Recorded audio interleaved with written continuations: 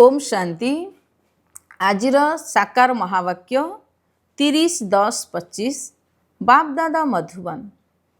मूल्यर सारांश। मिठे बच्चे, तुमको वर्तमान बहुत बहुत साधारण भावरे रहिबाकु हबो। दामी दामी शौकीन ड्रेस पिंधिबा द्वारा मध्य देह अभिमान आसी थाए।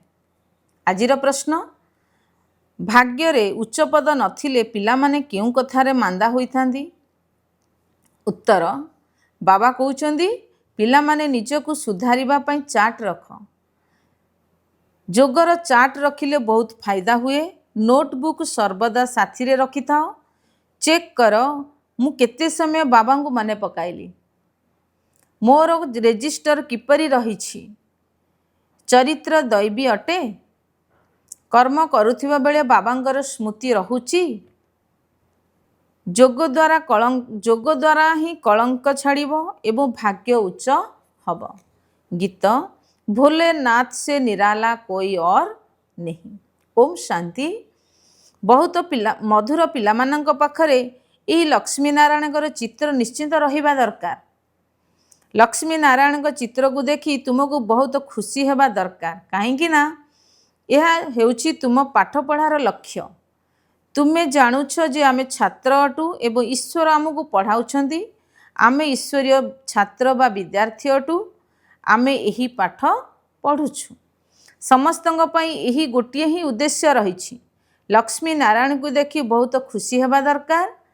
गीत मध्य पिला माने सुनिले बहुत भोलेनाथ अटंती। केही केही शंकर को भोलेनाथ भाभी थांदी, पुणी शिव शंकर को एक कर देइछंदी। एबे तुमे जानुछ जे शिव सर्वोच्च भगवान एवं शंकर देवता पुणी दुई जण एक किपरि होई परिवे। यह मध्य गीतरे सुनिल जे भगवान भक्तंगर रक्षाकर्ता, तेबे निश्चिंत भक्तंग उपरे कोनोसी विपद अछि। 5 विकार विपद तो समस्तिंक उपरे रहिछि। भक्त मध्य समस्ते अटंती। ज्ञानी तो क्या कुहा जाई परिबो नहीं। ज्ञान एवं भक्ति बिल्कुल अलग जिनस अटे। जेपरी शिव एवं शंकर अलग अटंती, जेतेबेले ज्ञान मिलुछि पुणी भक्ति रहू नहीं। तुमे सुखधामर मालिक होउछ। अधा कल्प पई सद्गति मिली जाउछि।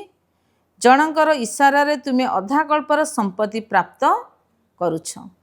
देखुछ जे भक्तों को केते दुख भोगिबा को पड़ुछि। ज्ञान द्वारा तुमे देवता हो जाउछ। पुणी जेबे भक्तों उपरे कषण पड़ी थाए अथवा दुख होई थाए सेतेबेले बाबा जाई आसी थांती। बाबा बुझाउछंदी जे ड्रामा अनुसार जहाँ बीती जाइछि ताहार पुणी पुनरावृत्ति हब। पुणी भक्ति आरंभ होई थाए तो बाम मार्ग आरंभ होई थाए, अर्थात पतित हेबार मार्ग आरंभ हुए। सेथिरे मध्य प्रथम नंबर होची काम विकार, जहाँ पई ही कुहा जाइछि जे काम उपरे विजय प्राप्त कले तुमे जगतजित हब। सेमाने कोण विजय प्राप्त करुछंती? रावण राज्य रे विकार बिना कहार शरीर मध्य सृष्टि हेउ नाही। सत्य युगरे रावण राज्य न थाए। सेठारे जदि रावण रहिबो तेबे भगवान राम राज्य स्थापन कले कोण? लौकिक पितांगर केते चिंता पड़ुछि। मोर पिला माने सुखरे रुहंतु। धन एकाठी करी पिला मानकु देई देई थांती जे सुखरे रुहंतु, परंतु एठारे तो एभली होई परिबो नाही।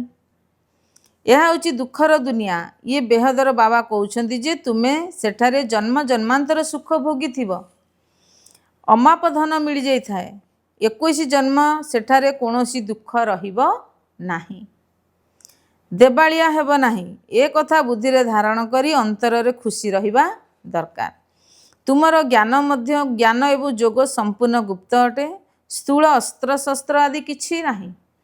बाबा बुझाउछंती जे एहा होची ज्ञानर तरवारी। सेमाने पुणी स्थूल अस्त्र शस्त्र देवी मानकु देई देइछंती। शास्त्र आदि जो माने पढ़ुछंती सेमाने केबे एपरी कहिबे नाही जे एहा ज्ञानर अस्त्र, एहा ज्ञानर खंडा अटे। यह बेहदर बाबा ही बसी बुझाउछंती। सेमाने भाबुछंती जे शक्ति सेना माने ही विजय प्राप्त करुछंती, तेणु निश्चिंत कोनोसी अस्त्र शस्त्र थिबो।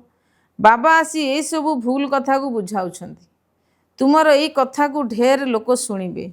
विद्वान लोक माने मध्य दिने ना दिने आसीबे। अविनाशी बाबा अटंती ना। तुमे संतान माने श्रीमत पालन कले ही कल्याण हब, तेबे जाई देह अभिमान समाप्त हब। एणु साहुकार लोक माने आसुनाहांती। बाबा पुणी कहउछंती जे देह अहंकार को छाड़, भल ड्रेस आदि पिंधिबारे मध्य निशा रही थाए। तुमे एबे वनवास रे अछ ना, एबे जाउछ ससुर घर, सेठारे तुमको बहुत सुना गहना पिंधा जीव, एठारे दामी ड्रेस पिंध नाही। बाबा कहउछंती जे बिल्कुल साधारण रूप भावरे रहिबाकू हब। जो भली कार्य मु करुछि पिलामानकु मध्य सेई भली साधारण रहिबाकू हब, नचेत देहर अभिमान आसी जाई थाए, ताहा पुणी बहुत क्षति करि थाए। तुमे जानिछ जे आमे ससुर घर को जाउछु, सेठारे आमको बहुत गहना मिलिबो, एठारे तुमको सुना गहना आदि पिंधिबार नाही। आजिकाली केते चोरी आदि हेउछि, रास्ता रे ही ताकू छड़े नहीं जाउछंती। दिनुक दिन एही हंगामा आदि बेसी बेसी बढ़ी चलिबो। सेथिपे बाबा कहउछंती जे निजको आत्मा भाबी मते मने पकाओ, देह अभिमान आसिले बाबांगु भूली जीवो। एही परिश्रम एबे ही करिबाकू पड़ुछि, पुणी केबे भी भक्ति मार्ग रे एही परिश्रम करिबाकू पड़िबो नाही। बाबा कहउछंती एबे तुमे संगम जुग रे अछ। तुमे जानिछ जे बाबा आसुछंती पुरुषोत्तम संगम जुग रे, लड़ाई मध्य निश्चिंत हब। आणविक बोमा आदि बहुत तैयारी करि चलिछंती। केते भी तांगु कुह जे एहा बंद कर, परंतु एहा होई परिबो नाही। एहा ड्रामा रे निर्धार्य अटे, बुझाइले मध्य बुझिबे नाही। मृत्यु तो हेबार अछि, तेणु बंद किपरि हब? बुझिले मध्य बंद करिबे नाही। ड्रामा रे निर्धार्य रहिछि। जादव आदि कौरव मानकु समाप्त हेबार अछि। जादव हेले यूरोपवासी, सेमानकर हेला विज्ञानर अहंकार, जहा द्वारा विनाश होइथाए, तापरे शांतिर विजय होइथाए। तुमको शांत स्वरूप रे रहिबा पई शिक्षा जाउछि। बाबांगु मने पकाओ संपूर्ण निरवतार सहित। मु आत्मा शरीर ठारू अलगा अटे। शरीर छाड़िबा पई जेपरि आमे पुरुषार्थ करूछु, एपरि केबे केही शरीर छाड़िबा पई पुरुषार्थ करिथांती कि? सारा विश्व खोजी करी आस, किए अछंती जे कहिबे हे आत्मा एबे तुमको शरीर छाड़ी जीवाकू हब, पवित्र हुओ, नचेत पुणी दंड भोगिबाकू पड़िबो। दंड किए पाई थाए? आत्मा जेतेबेले साक्षात्कार होइथाए, तुमे एही पाप करिछ, एबे दंड भोग कर, सेतेबेले अनुभव होइथाए जेपरि जन्म जन्मांतर पई दंड मिलुछि। एते दुख भोग करिबो, तेबे बाकी सुखर संतुलन किपरि रहिला? बाबा कहउछंती जे वर्तमान कोनोसी पाप कर्म कर नाही। निजर रेजिस्टर रख। प्रत्येक स्कूल रे चाली चलन रेजिस्टर रखी थांदी ना। शिक्षा मंत्री भी कही थांदी भारतर चरित्र ठीक नाही, कुह आमे ही लक्ष्मी नारायण परी चरित्र गठन करुछु। ए लक्ष्मी नारायण चित्र तो सर्वदा पाखरे थिबा दरकार। यह आमर लक्ष्य उद्देश्य। आमे एही बळी हेबा पई जाउछु। एही आदि सनातन देवी देवता धर्म को आमे स्थापन करुछु श्रीमत आधार रे। एठारे चाली चलनर सुधार करा जाय थाए। तुमर एठारे लॉटरी, तुमर एठारे कचेरी भी होई थाए। सबु सेवा केंद्र रे पिलामानंकर कचेरी हेबा दरकार। प्रतिदिन कुह चाट रख, ताहाले सुधारी जीव। कहार भाग्य रे नाही तो पुणी आलस्य करि थांती। चाट रखिबा बहुत भलो पुरुषार्थ अटे। तुमे जानुछ जे आमे एही 84 जन्मर चक्र को जानिबा द्वारा चक्रवर्ती राजा हेउछु। यह केते सहज अटे, पुणी पवित्र मध्य हेबाकू पड़िबो। यादर चाट रख, एथिरे तुमर बहुत फायदा हबो। नोटबुक बाहर न कले भाबिनियो बाबा को याद करी नाहंती।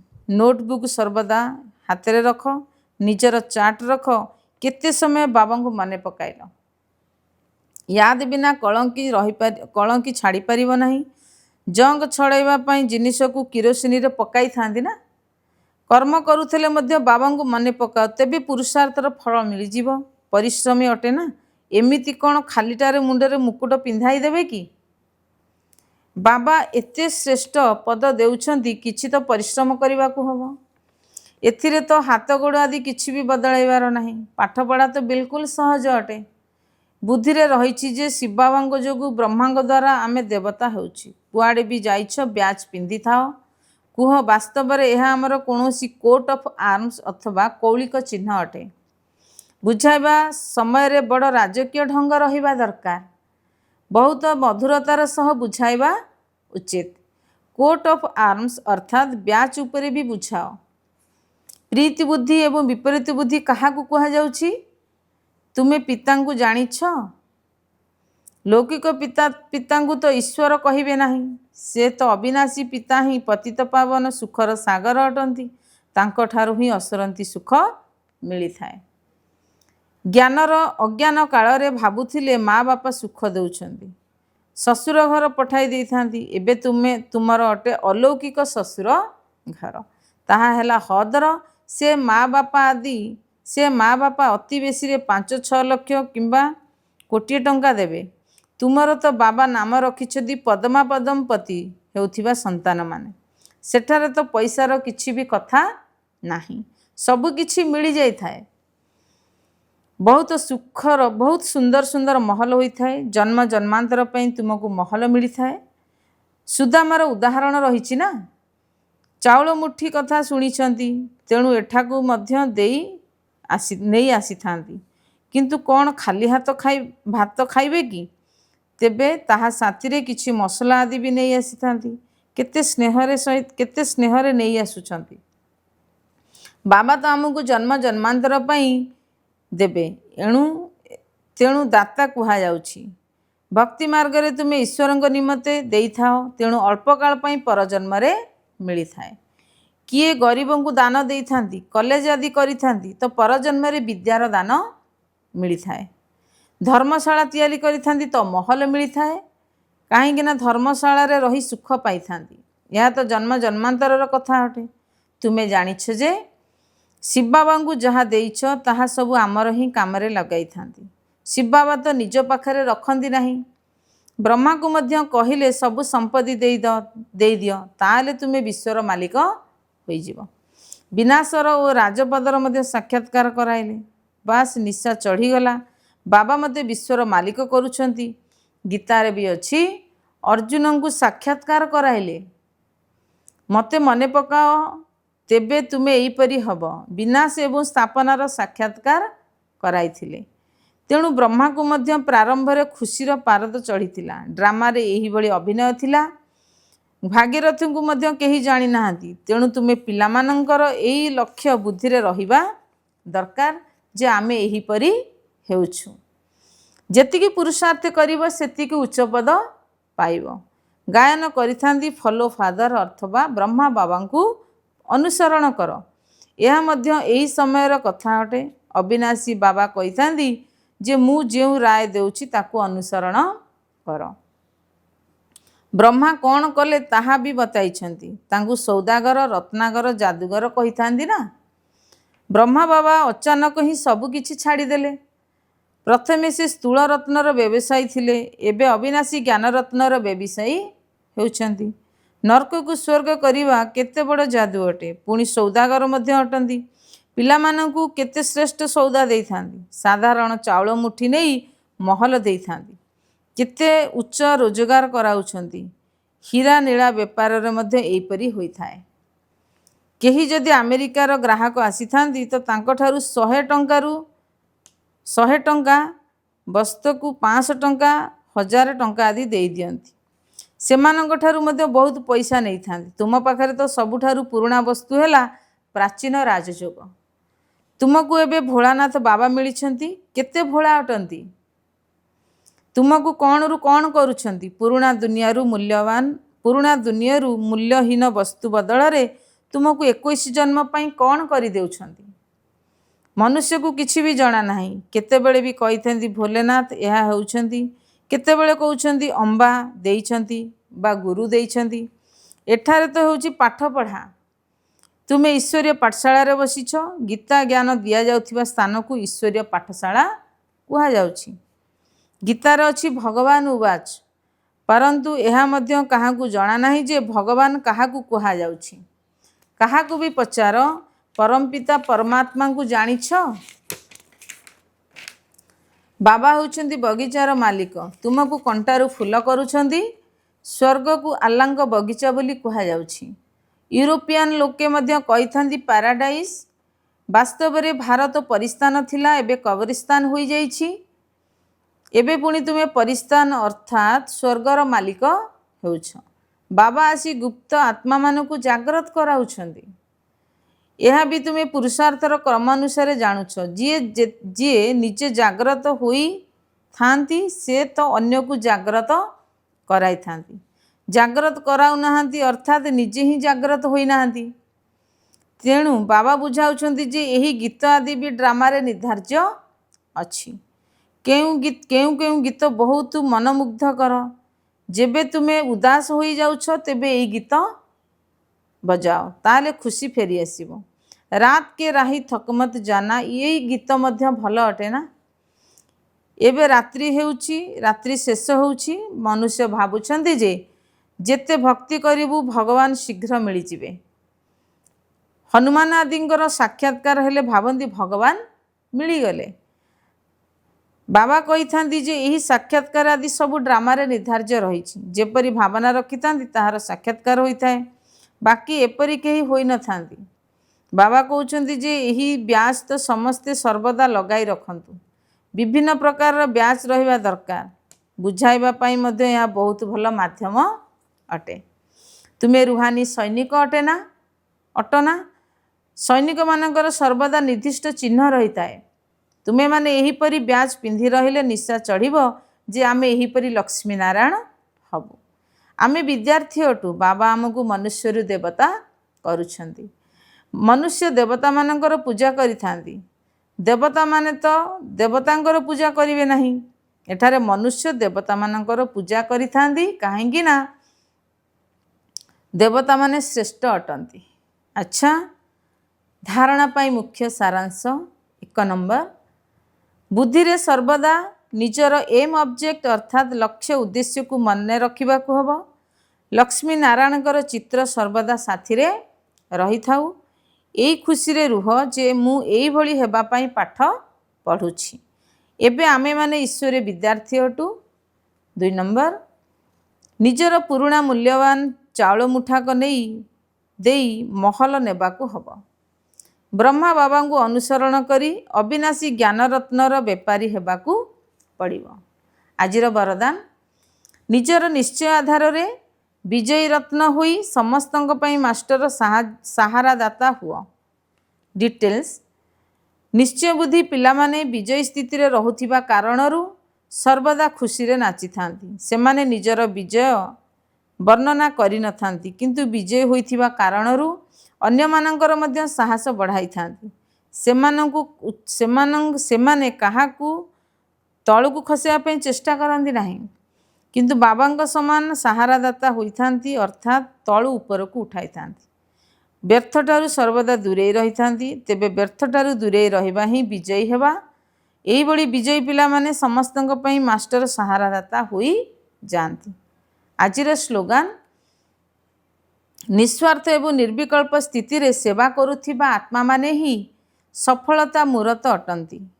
अव्यक्त इशारे निज प्रति एवं समस्तिंक प्रति निजर संकल्प द्वारा जोगर शक्ति गुड़ी को प्रयोग कर। जोगर प्रयोग करिबा पई निजर दृष्टि वृत्ति रे मध्य पवित्रता उपरे आहुरी अधिक ध्यान दियो। तेबे प्रथमे मूलदुआ हला निजर संकल्प को शुद्ध ज्ञान स्वरूप एवं शक्ति स्वरूप कर। जी जेते भी भटकी जाइथिबा आत्मा होई थाउ, उदास होई थाउ, दुख अवस्था रे आसी थाउ बा खुशी रे रहिबा असंभव बोली भाबु थाउ, किंतु तुम सम्मुख को आसीबा मात्र के तुमर मूरत, तुमर वृत्ति, तुमर दृष्टि आत्मा को परिवर्तन करि दो। यह ही हेउची जोगर प्रयोग। ओम शांति।